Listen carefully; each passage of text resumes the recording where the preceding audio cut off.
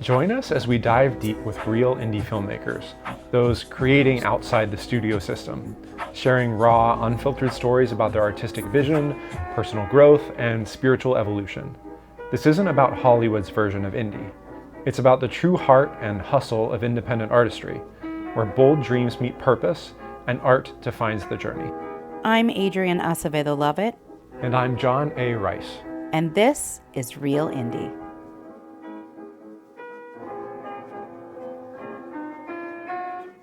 So we have Daniel Armando. He's an award-winning filmmaker and producer raised in California, now residing in New York City. He focuses on films that are LGBTQI+ stories or people of color. His features are Daddy's Boy, What It Was, The Breeding.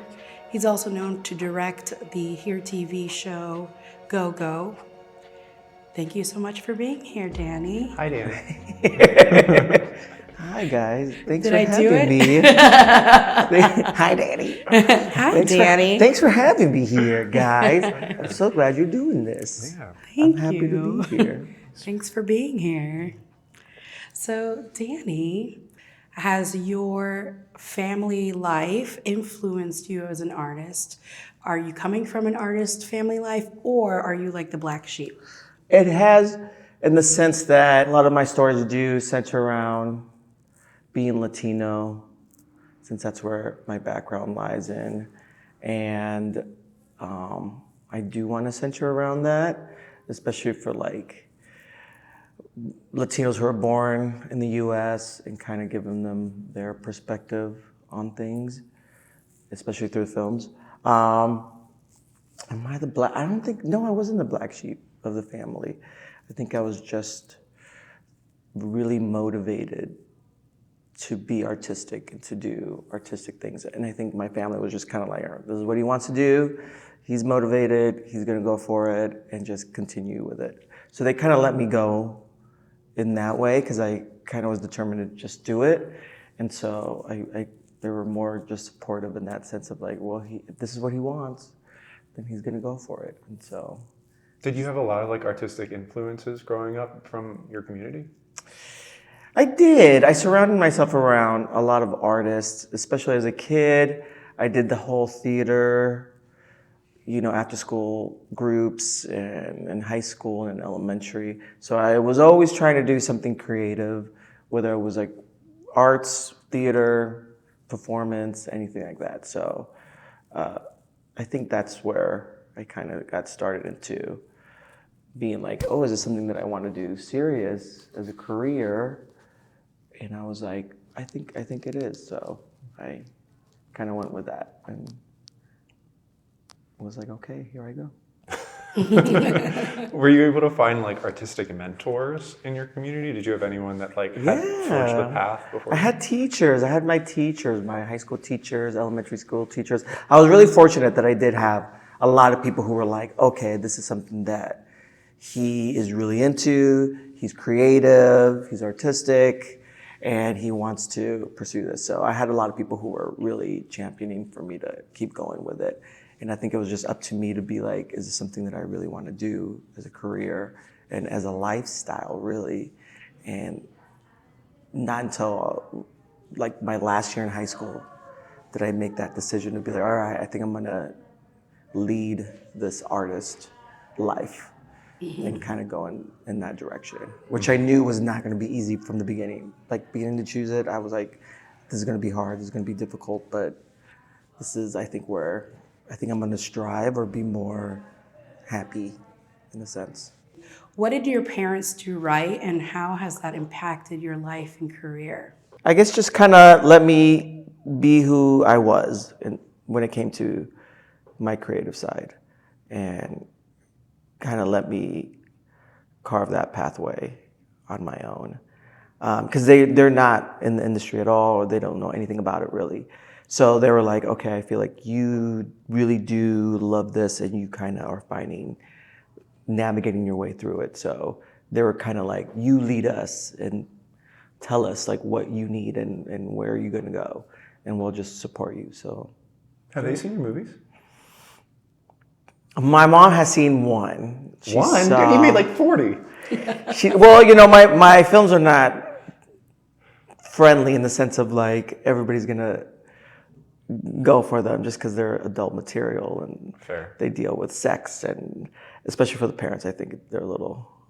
But my mom, she did see What It Was, which was the first feature, and it's, you know, it deals with a lesbian couple and LGBT themes, and for her to be really religious, that was really, really big for her to see it. And she saw it at a film festival, at a screening, and it was like her and all these like lesbian women, and the whole time I was just kind of like, how is she taking this? But she was really supportive, and she really took the movie in and was like, oh, now I see why you pick these kind of themes.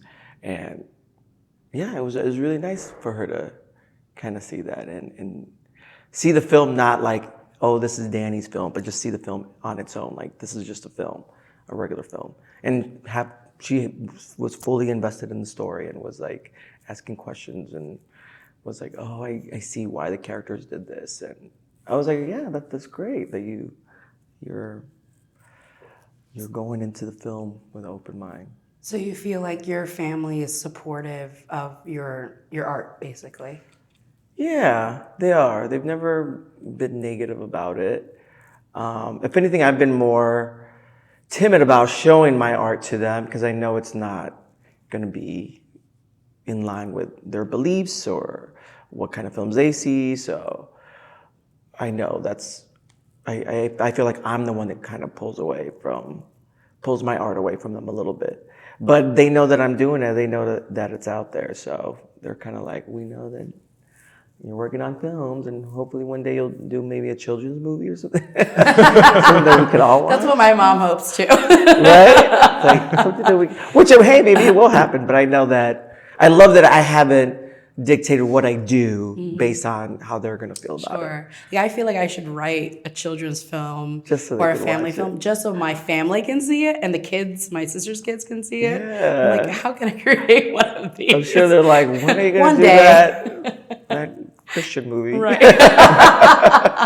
Which is ironic because a lot of my films have a lot of religion in them. Because Yeah. that's something that I grew up with. So I feel like when people watch them, they're like, oh, there's a lot of religion infused in these stories. And I'm like, yeah, because that was a big part of my life growing up. And it, you know, it dictated how I reacted to things or how I am now. So. You know, that's interesting because I feel like for a long time I would hide is not the right word, but I wouldn't promote my films to my family because I was writing like, you know, sick, twisted horror things and like, who knows what they would think. But I do have to say, once I started being a little more vocal and showing my family, they were super supportive. It's like they suddenly understood what I was doing. And so I guess what I'm saying is I think it's important to give people the benefit of the doubt and like let them decide to be like, this is what I'm doing. You can take it or leave it or, you know, feel whatever the way you feel about it. But it was a big change when I feel like my family understood what it was I was making. And I kept that, you know, hidden. Have they seen the I'm Okay, You're Okay? Oh yeah, they came. Which I to think a that's, theater. that's a great film for My family for loved everybody it. to watch. Yeah, they loved it. They were very supportive, and they came to a theater and the festival. You know, like the St. Louis International Film Festival, and they don't even live in St. Louis. So you know, it was. I think that's even bigger when they get to see it on a big screen. It makes a big difference. I feel. Yeah. 'Cause Well, then they're not distracted, and then it's like, right. oh, here Right. it is. And speaking of festivals, because we've all been to a lot of them, do you feel like the festival world has benefited your personal career and your growth as an artist? And let's preface this by saying to our listeners that Danny's films have played so many film festivals. Yes, a lot do you of have film any? festivals. Do you have like a ballpark number of how many you've played or gone to? I can't even say. It's a 'Cause lot. I think, yeah, for certain films, it's like over 20, which is great. 'Cause Yeah. for me, I just look at it more like it's great because more audiences get to see it. You know, I Right. think whenever I screen a film in a theater with a full audience, I think my first thing to think is I hope they get something out of this. Right. Or I hope like the message comes through, or or they have some discussion about it, or it like touches somebody in some way, and then I'll be happy with that at the very most. Because it's really hard to have that opportunity to have your film screen in front of people. So when I get those opportunities, it's like, oh great, this is a group of people that don't know me, and they took time to buy a ticket and come and see the film, and I just hope they get something out of it, something that they feel different when they come out and watching the film. Have you found film festivals to be beneficial in your career, like in terms of meeting, like networking, meeting people? Or I think in terms of like meeting like other filmmakers and making friends with other filmmakers, I think that it's been great. I'm like not the best at networking when it comes to like using the festivals for like distribution and I mean, if anything, they'll reach out to me.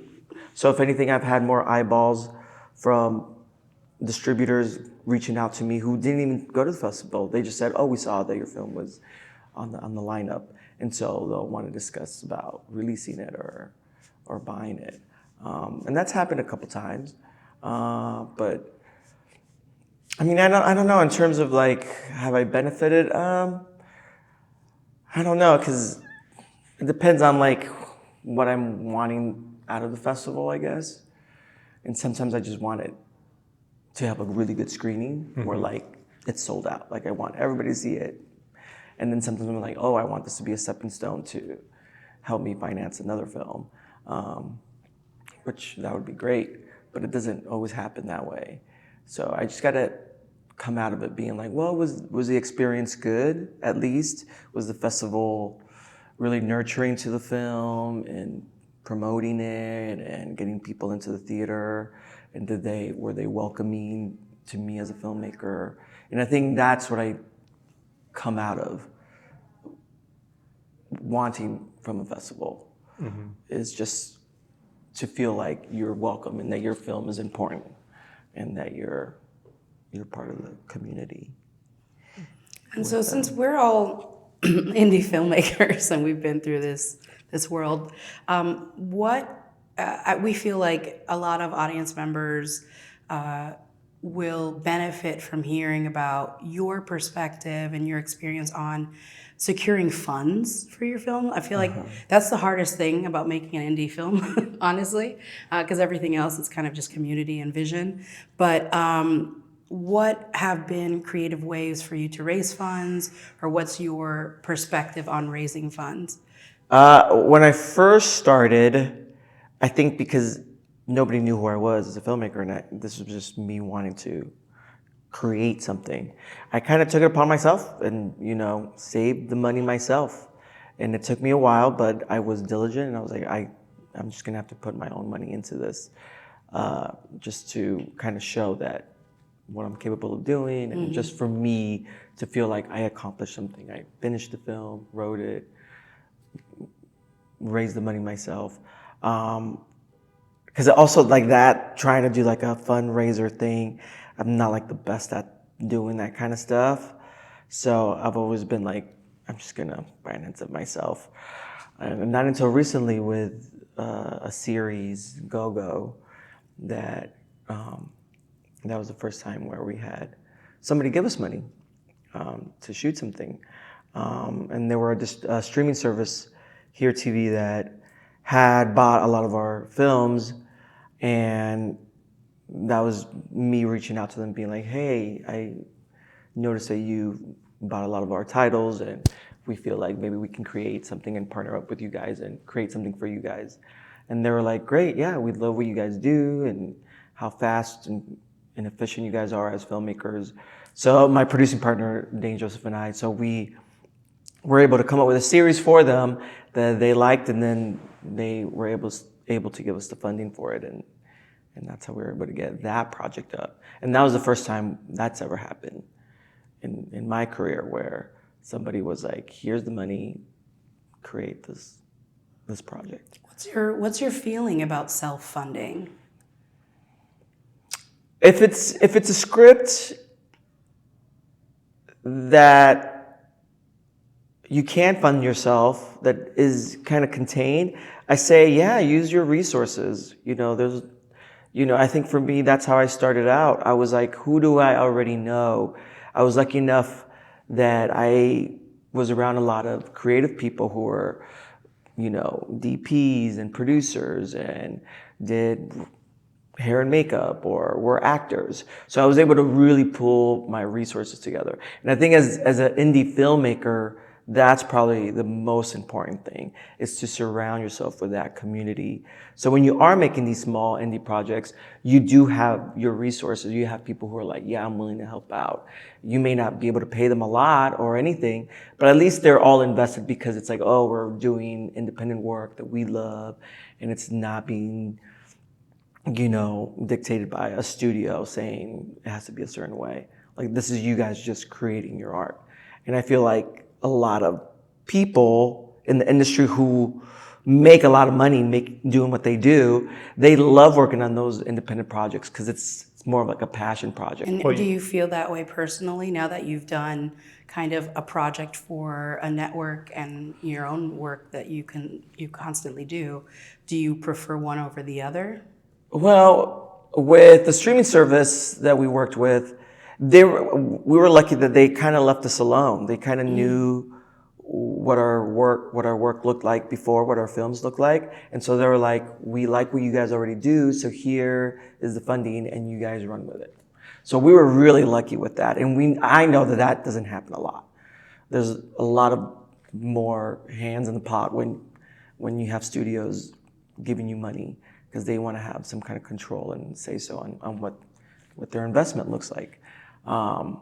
So, I mean, yeah, for me, I like the indie lifestyle in the sense of like, if you can pull your resources together and work that way, because then you have more creative freedom. I mean, it is hard because, you don't have the big studio film money, but at least you get to be more creative. And you don't have anybody over your shoulder being like, we want it to look this way or that way. You can kind of create your own art, how you want it to be. Well, your stories in particular, I mean, they're usually queer stories. They're usually, around the Latinx community. They're usually very sexual in nature. I mean, they just are. So I feel like it would even be kind of difficult. I feel like you would be forced to censor your vision. Yeah, and my storytelling is always a little bit out of the box and not mainstream. And so I know for a lot of people, though, they would be like, I don't know if this is a film that is watchable or that people would take to. But I've been like, well, this is how I see it, and this is how I'm going to do it. And then hopefully other people appreciate it. Which with the film festivals, I've been really fortunate that a lot of the programmers have been really like open to my way of filmmaking or my way of storytelling, where they're like, that's what kind of brought us to your film, is that it's an interesting perspective, or how you told the story was interesting. And so I'm like, great, then you kind of got what I was going for. One of the things I like about your films is the art house nature of it. And like what you're saying, it's a very different perspective, and you have a really great eye for just beauty, and making everything look beautiful. And do you feel like, for example, working on another project that isn't so much your script or your vision like that, do you feel like it's hard to pivot and have to do something a little more mainstream in comparison to what you're usually doing artistically? Or no, only because when I write my own scripts and I direct them, there is a certain style that I'm going for. And there's just, it all starts with the page, like how I'm going to write it. I already know this is going to be a very distinct kind of story. And so I know that it needs to be told in this way, or this is the way I want the story to be told and visually look and feel. But if I take on a project that's not mine, I understand that it's like, okay, this is its own thing, and it has to have its own feel because somebody else wrote it and they have their intentions of how they want the story to be told. So I have to cater to what that story is and do justice to that story. So I know that, that's not going to be how my stories are. which I feel like with my film, for example, because you directed my first feature that I wrote and I was the lead in, so that was like a big thing, which is crazy. I was really thankful that you Yeah, allowed me to and you take know, on your because first project. I loved your work, and I still love your work, and I've always been a fan of your work, and I actually kind of learned from you during that process of shooting When I'm With You.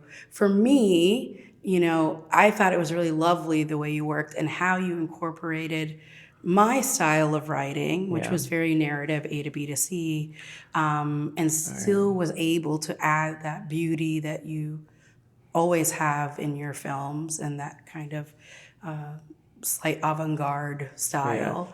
But that's what I loved about your film was that, I was like, I have to be distinct with this film because it's not something that I wrote. This is something that you wrote. And so I have to look at it through your lens and look at it through what is on the paper.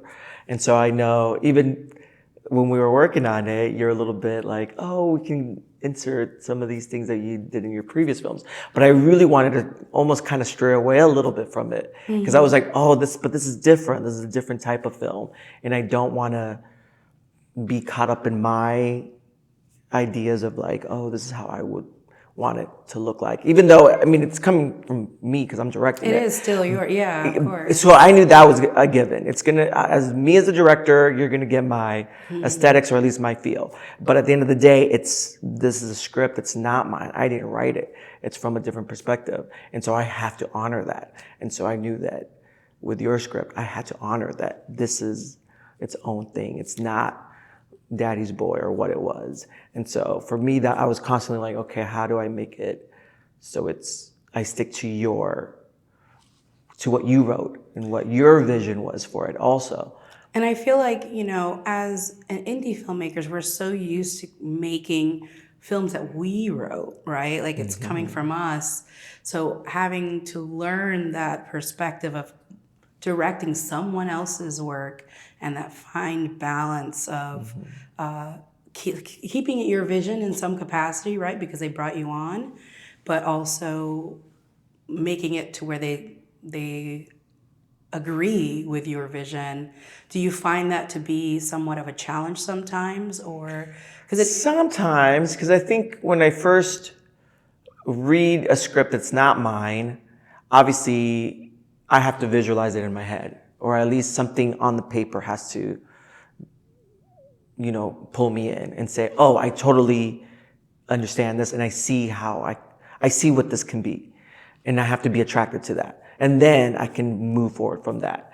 If I don't see it in the script, then I'm glad to and happy to be like, you know what? I don't really see the vision for this, but I know somebody does. But I just don't. I'm not connected in some way with it, and I wouldn't want to take on any project where I don't see where I fit into it, because then it's like it becomes more like work.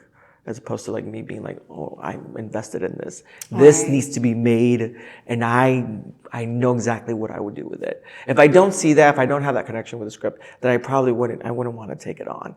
And that can hinder me sometimes because it's like, okay, as a director, do I want to be a director who just is for hire and just keeps working? Or am I a director, filmmaker that wants to be more specific on the work?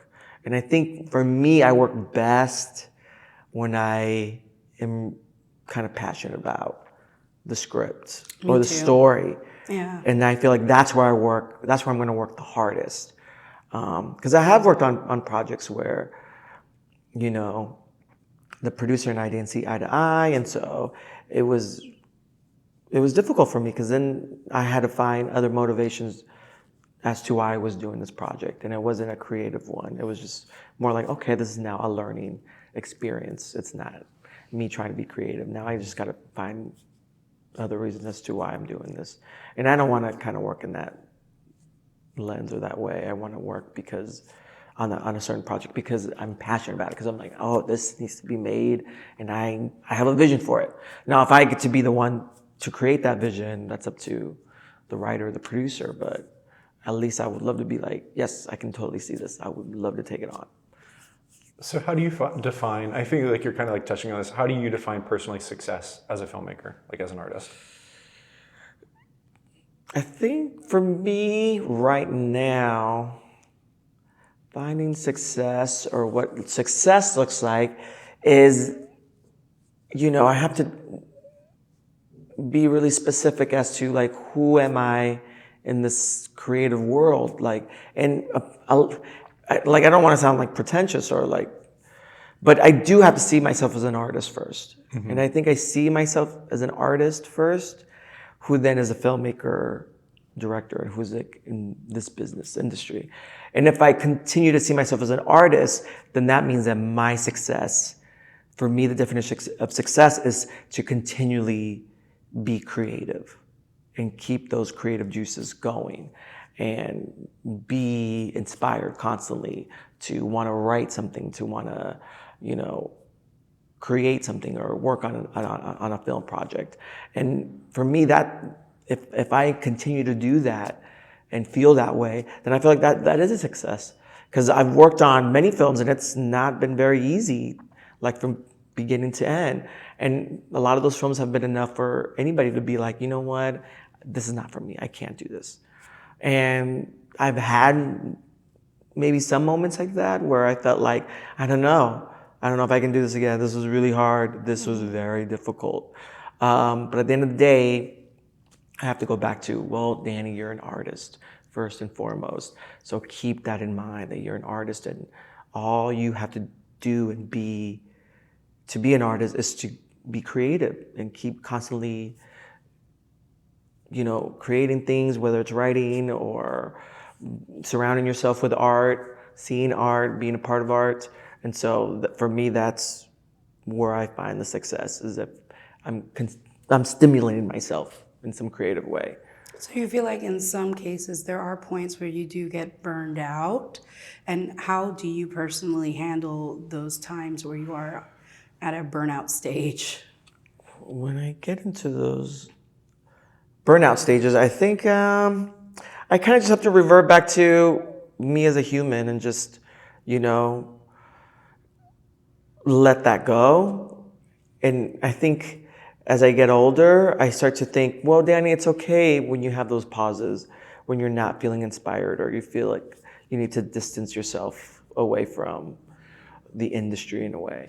And that's when you start just living your life. You start living your life, and that means that you're concentrating on friendships or you're concentrating on other things aside from art. And I'm now learning to kind of be okay with that and not feel this pressure to be like, what's the next thing? What are you doing? Now I'm like, well, I can't just be waiting for the next thing or, constantly searching for the next thing. I also have to live my life, and I have my friends and, things I want to do, like travel or, personal things at home I want to work on. So I have to just be okay with just living and existing. And I feel like when the time comes, you will, that inspiration will come again, and you just got to give it time. There was a time when I transitioned from being a performer and then going into filmmaking. There was like a year where I just didn't do anything. And I was okay with it. I was just working my regular day job and just living my life, traveling and.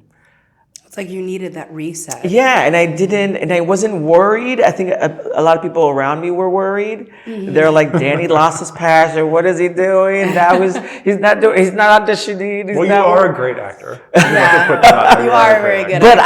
But I knew I was gonna make that transition of like, okay, I feel like my life as a performer, I reached it at a point where I felt like not so much like fulfilled, but I felt like, okay, I know what the industry is for me as a performer. Now I got to be like, do I want to continue with it or do I want to not? And I think for me, I felt like I didn't want to at that point.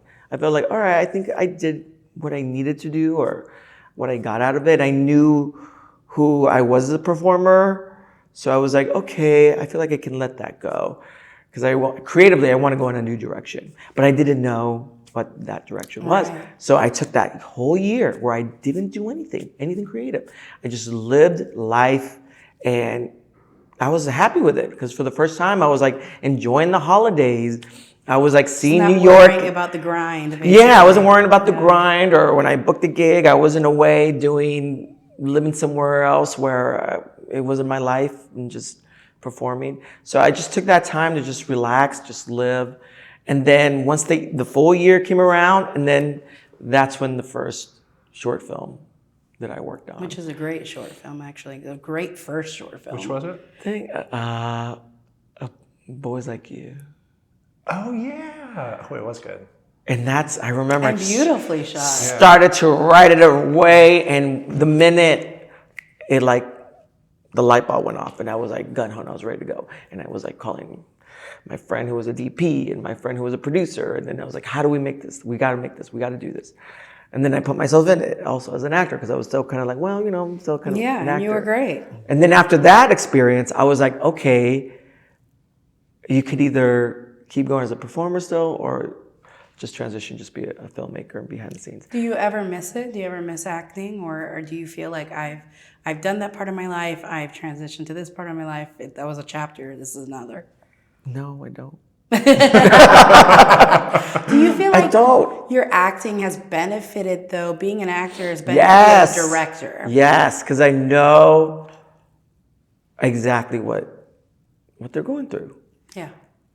Which I think for me as an actor, I just didn't like. I didn't like that process. But at least when I talk to actors, I know what they're going through, or I know what they need to do in order to I guess get into character. Because that's what I did study, if anything.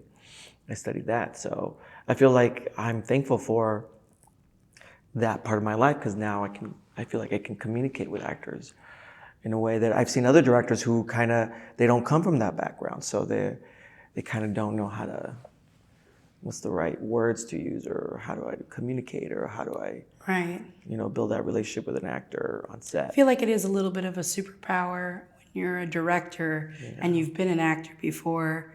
But there's a fine line, right? Like, you don't want to give actors line reading, so you don't want to be that actor.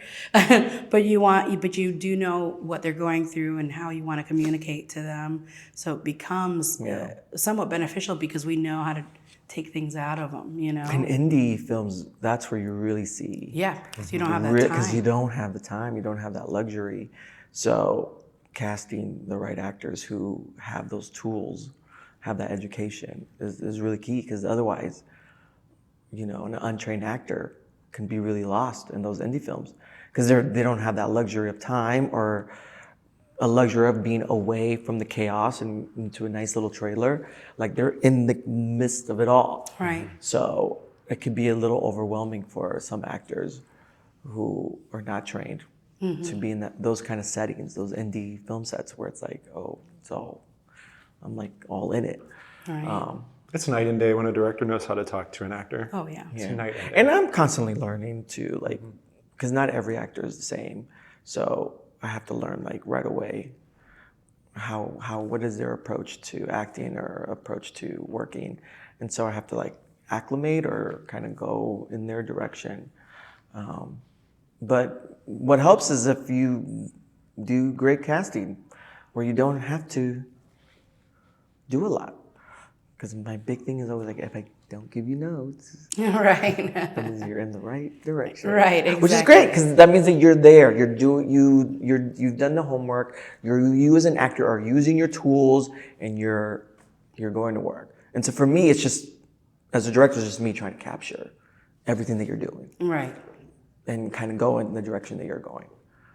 Yeah, it's funny to have to remind actors that if you're not getting a note from the director, that means you're fine. You're doing exactly what they want you to do. But because I've been an actor, Not that notes are bad. I understand what an actor's going through.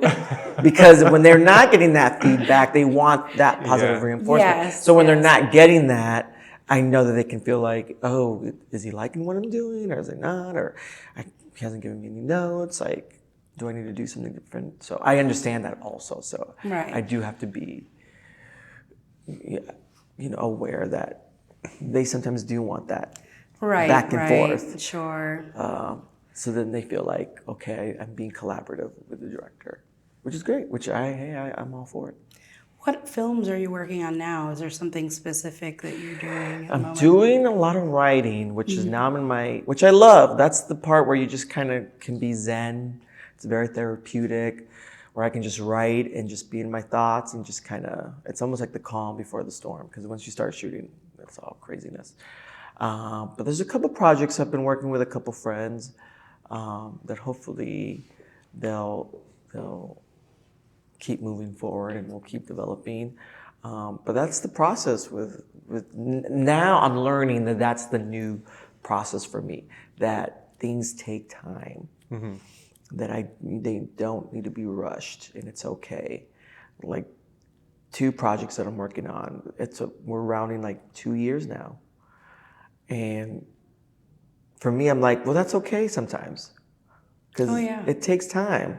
And as long as you keep at it and you're consistent with it and you're like moving to the next step, then hey, take as much time as you need to, and don't be so rushed to create, to like film it and put it on film. I think that's important for a lot of indie filmmakers to hear, is to allow yourself grace, just allow yourself that time, take the clock away from your mind, take the calendar away from your mind. That's great. Let yourself just be and experience and write and create in your own time. And if something resonates with audience members and something that you make resonates with audience members, great. That's kind of, the whole goal in a way of putting your films out there, not just making them and keeping them cooped up, right? We don't want to keep them cooped up. We want people to take away things from our films. So what do you want audiences to take away from your specific films?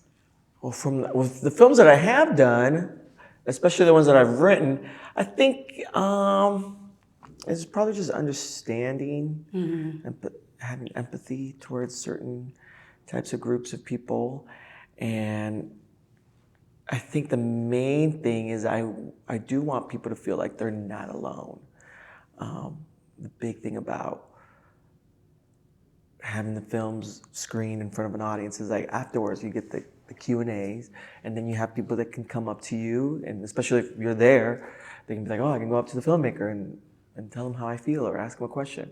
And it's those few moments that you get when somebody comes up to you and they're like, wow, this experience on your film is similar to what I went through, and I've never seen it on film until now. So it made me think about. And so when I have those kind of little moments, I'm always like, oh my God, then that's why I made the film. I made the film so you can watch it, so you don't feel like you're alone, like you're the only one going through these experiences. And so I feel like that's where I'm like, yeah, I'm so happy that they got something out of it. And I feel like your films, even more so now, because of the political climate, is important. It's just going to have to be something that people get used to again. It's a weird situation, but I feel like LGBTQI plus stories, people of color stories are going to be very important.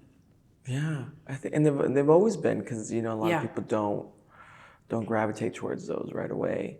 So right. I think when I first started, I felt like, well, if I have that responsibility as a filmmaker, I'll take that on, to be like, let me tell these stories and keep focusing on bringing people of color, LGBT people to the light. Because I feel like if I don't do it, I feel like who else is going to do it? So I do kind of put a little responsibility on myself as an artist to be like, think in that direction, because nobody else is thinking in that direction. Well, and as an artist, I think you have to take responsibility for whatever you're putting out there. Yeah. It's coming from you, and it's your perspective, so you're going to have to say, like, yes, this is what I think, Yeah, and either people will accept it or they won't. Right. And not everybody's been on board with it, but that's okay. Can't please everyone. Sure can. You can't please everyone. It's pointless to try, honestly. It's just about education. Yeah. It's just about making people understand other human beings. Because in the end of the day, we're all human, and we all want love, and we all want friendship, and we all want family. So. And it's okay if not everybody. It's so funny because once in a while I'll Google one of my films, and just to see like, did somebody write anything What's new the about tea? it? What did anybody? And sometimes I'll see reviews, and it's so funny because the ones where people didn't like the film, it'll be like 5 paragraphs of like. And for me, like, I don't know why, but I feel like, yeah, I feel like so honored and be like, wow, this film touched you that much. And it's not always like they're being mean about the film, but it brought some discussion to their mind. Mm-hmm. It brought them thoughts. So much so that they had to write it down. A whole thing about it. 5 paragraphs. 5 paragraphs. And I'm always like, wow, that's amazing. Like, I would rather that than anybody just seeing the film and just not having any thoughts about it. Mm-hmm. So I appreciate like the good reviews and the bad reviews. There was a director, I can't remember the name of this director, but they were told feedback by another director, another PR person, kind of the same thing, where you want your films to either be like, you know, a 2 or a 3 or a 10, like never a 10, because then it's like too perfect and there's nothing to talk about. So you kind of want to live in a world where maybe it's not perfect, or maybe it's like kind of in the middle where people, you know, there's something to talk about, whether it's good or bad, but it's still an extreme and it's still a conversation. And that means that the film has made some kind of impact. Some kind of impact. Yeah. It has to be a strong point of view. Right. And there will always be someone who disagrees with a strong point of view. Right, exactly. And I feel like if you're going to, especially if you're, as an indie filmmaker, if you're going to, you know, do it, write it yourself and create it yourself, I think it should be bold.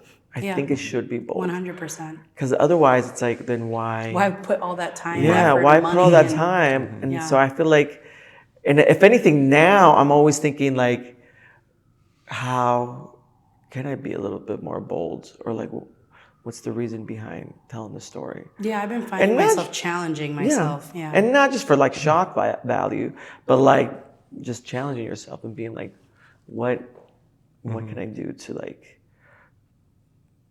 put myself outside of the box, I guess. Yeah. And think outside of the box. That is the point of indie film in a way, though. It is. You know, we have the creative control to do that. Exactly. And I'm never trying to, because I'm like, I don't have the resources for mainstream. So I think what I do have the resources is to have more character development or more story-based, where it's more intimate and contained.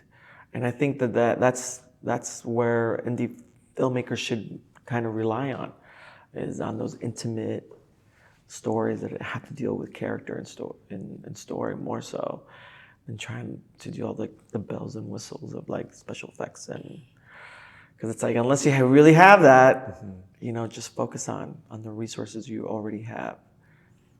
So speaking out of the box, my last question is, what's your favorite pizza? What's my favorite pizza? I don't know. There is a right answer. There, yeah. There is a right answer. I don't know if I have like a favorite pizza. I know what I don't like. What's your go-to pizza then? Probably like something with like meat and vegetables. Oh. Try to balance it out. That's right. I do. I do Try to make it healthy. I love vegetables. So I always have to have vegetables in my meals. That's good. Pizza. Well, Danny. What's the right answer? Wait. Before we wrap up, I just realized we read your bio and then we jumped right into asking you questions. But we should probably talk a bit about how we know each other. Oh, yeah, for sure. Yeah. I think Danny and me and Adrienne go way, way back to when we were babies growing up in New York City, the theater scene. We all worked together for a little while. And we've all been in each other's projects in various ways. Yeah. Well, I feel like we all kind of transitioned into filmmaking At the around the same time. Around the same I think time. you were a little ahead of us, but yeah, yeah, for sure. We all had the same realization of what kind of storyteller we wanted to be. Yeah. But I think as artists, I think that's what kind of motivated us to, I think, go into filmmaking, because as a performer, your job is to be there for the art. Right. That's already been created. Yeah, and we were all to be the theater talent. actors. Yeah. But I think as artists, first and foremost, we just wanted to create and be creative. And keep that going. So I think filmmaking was so great for us, especially during those early 2000s. Right. Where it became feasible for the first time. Right. I think before that, With digital. with digital and, editing tools, and it just became more accessible. And before it wasn't. I always say, like, if I was young, if there was like a director's camp or filmmakers camp, I probably would have gone in that direction. Yeah. But because there was more anything theater, like that, and I just wanted to be creative and be in the arts, I chose performance. Yeah. But I probably would have gone in another direction if that was more accessible as a young kid. I agree with you. As a young kid, I probably, but I've been fortunate that as an actor, I've had my little career, and I've been lucky to do some stuff as an actor. But I think directing and filmmaking, that's probably where I was going to end up eventually. Well, I realized that, like, in school, like growing up, I feel like if you had an interest in the performing arts, you were just funneled into theater. Like, my school didn't have a film program. Yeah, no, we didn't have. Yeah, we had like a TV broadcasting. Right, it was like a broadcast, but it wasn't TV. But it wasn't like a film thing. Well, I'm glad you found your way as a director, because you're a very good one. Well, and thanks, you have beautiful work. as you guys are. Thank you. And thank you for being here, Danny. We love you so much. I love you, Danny. Thank you. I'm so happy and proud that we're all working together, and we still work together, and we have this amazing community. So. We do. We really have built this great community. We're supportive. Thanks for tuning in to Real Indie. If today's conversation sparked something in you, like it, share it, and keep creating. This episode was brought to you by The Garage Productions and Man of the Crowd Productions, where purpose meets storytelling and stories are made from the ground up. Until next time, keep it real, keep it indie.